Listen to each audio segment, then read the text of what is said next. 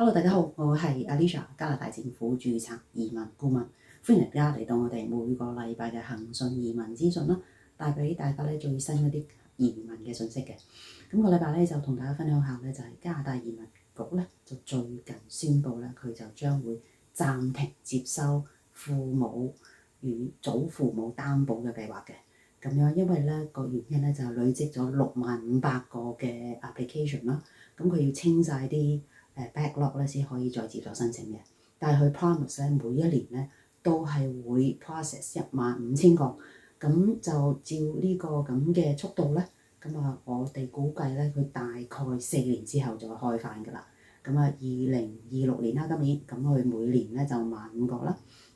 咁就繼續咁樣去 process 啦。咁而家嘅 processing time 咧係如果 Quebec 以外嘅咧就33個月啦，大概3年到。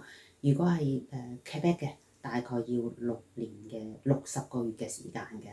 咁即係大概要5年嘅時間啦。咁所以咧如果你想擔保你嘅父母同埋祖父母咧，都係有個方法嘅。如果係嗰啲暫停嘅方法咧，就係可以申請個 Super Visa 啦咁樣。咁 Super Visa 咧就係有5年嘅有限期啦。咁咧就係嗰個父母或者祖父母咧，佢哋可以咧就係無限期咁樣留喺加拿大嘅，如果批准咗之後。咁有啲咩嘅最新嘅消息，再同大家分享。今次同大家分析到咁多，下次再見，拜拜。